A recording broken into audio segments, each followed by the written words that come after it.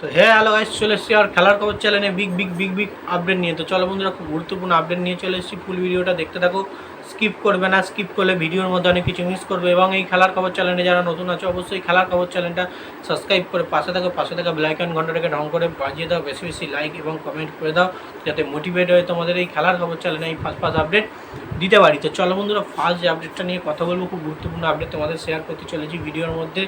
First আপডেটটাই হচ্ছে MBSG শিবিরের কর্মকর্তা দেবাশিস দত্তকে নিয়ে। তো এমবিএসজি শিবিরের কর্মকর্তা দেবাশিস দত্তকে নিয়ে যে আপডেটটা দেবো, খুব গুরুত্বপূর্ণ আপডেট তোমাদের শেয়ার করতে চলেছি। সেটা হচ্ছে দেবাশিস দত্ত কিন্তু প্রচুর পরিমাণে রেগে গেলেন। তো বেসিক্যালি মোহনবাগান ম্যাচ ড্র করেছে, চ্যাম্পিয়নের জিতলেই একটা চ্যাম্পিয়নের দৌড়ে 1 নম্বরটা তারা পুরোপুরি কনফার্ম করতেন। সেই জায়গা থেকে ম্যাচটা ড্র করে চ্যাম্পিয়নশিপ থেকে অনেকটা পিছিয়ে এসছেন, এবং সেই কারণে কিন্তু এমবিএসজি শিবিরের কর্মকর্তা দেবাশিস দত্ত রেগে যাওয়া গেছেন। এবং তিনি কিন্তু প্রেস কনফারেন্সে কিন্তু বলেছেন যে প্লেয়ারদের বেশি ছুটি দিলে চলবে না। আগেই ছুটি নিয়ে কথা তুলেছেন। প্রচুর পরিমাণে প্লেয়াররা ছুটি কাটাচ্ছে, নিজের দেশে চলে যাচ্ছে, এবং ইন্ডিয়ান থেকে শুরু করে বিদেশি প্লেয়াররা ছুটি কাটাচ্ছে। প্লেয়ারদের ছুটি দিলে চলবে না, সবসময় খেলার মধ্যে রাখতে হবে, প্র্যাকটিসের মধ্যে রাখতে হবে। এবং কোচের কিছু তো অবশ্যই ভুল আছে, কোচের কিছু ভুলের কারণে ম্যাচ ড্র করতে হয়েছে মোহনবাগানকে। এবং তার সঙ্গে কিন্তু মোহনবাগানের প্রতিটা প্লেয়ারেরও এই হারের জন্য প্রচুর দায়ভার নিতে হবে, কারণ তারা ভালো পারফরমেন্স করতে পারেনি। তো বেসিক্যালি রেগে এইরকমই কিন্তু মন্তব্য করেছেন এমবিএসজি শিবিরের কর্মকর্তা দেবাশিস দত্ত। তো নেক্সট যে আপডেটটা নিয়ে আবার কথা বলবো, খুব গুরুত্বপূর্ণ আপডেট, সেটা হচ্ছে খুব গুরুত্বপূর্ণ আপডেট। সেটা হচ্ছে এমবিএসজি শিবিরের নয়নের মণি, এমবিএসজি শিবিরের প্লেয়ার দিমিত্রি পেত্রাতসকে নিয়ে।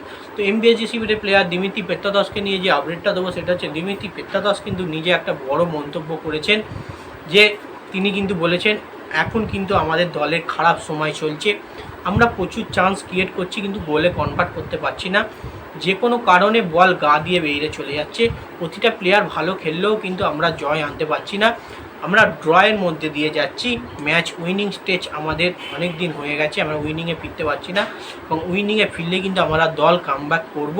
আশা রাখছি নেক্সট দুটো ম্যাচ আমরা জয়লাভ করব এবং জিতে এই মরশুমের আইএসএলে আমরা চ্যাম্পিয়ন হব, এবং নিজেকেও ইমপ্রুভ করব, আরও ভালো করে খেলার, দলের হয়ে গোল করার জন্যে আরও বেশি প্র্যাকটিস সেশন করব।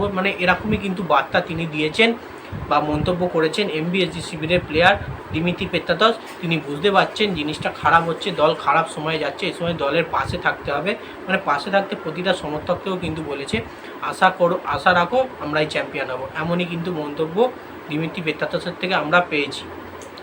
তো নেক্সট এবং যে আপডেটটা নিয়ে কথা বলবো, খুব গুরুত্বপূর্ণ আপডেট, সেটা হচ্ছে ইস্টবেঙ্গল এফসি শিবিরের প্লেয়ার, বিদেশি প্লেয়ার, স্ট্রাইকিং লাইনের প্লেয়ার ইউসুফ এজেজারিকে নিয়ে।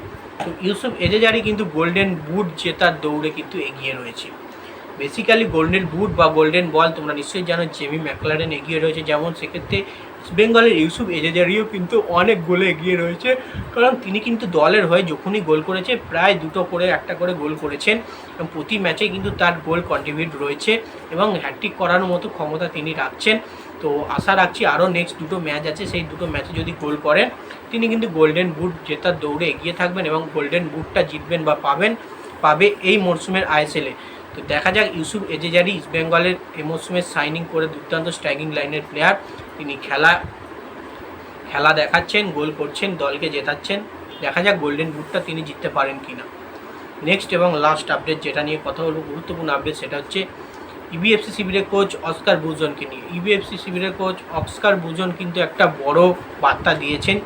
বার্তা এটাই যে এ মরশুমে কিন্তু আমি ইস্টবেঙ্গলকে চ্যাম্পিয়ন করে বা ট্রফি জিতিয়েই কিন্তু বিদায় নেব, এমনটা তিনি কিন্তু একটা আশ্বাস দিয়েছে ইস্টবেঙ্গল সমর্থকদের বা ইস্টবেঙ্গল ম্যানেজমেন্টকে। আমি ইস্টবেঙ্গলের হয়ে এই লাস্ট যে কটা ম্যাচ রয়েছে পুরো কোচিং করাবো, তারপরেই আমি বিদায় নেবো ইস্টবেঙ্গল এফসি শিবির থেকে, এবং কোচিং শেষে কিন্তু আমি ইস্টবেঙ্গলকে একটা ট্রফি জিতিয়ে যেতে চাই।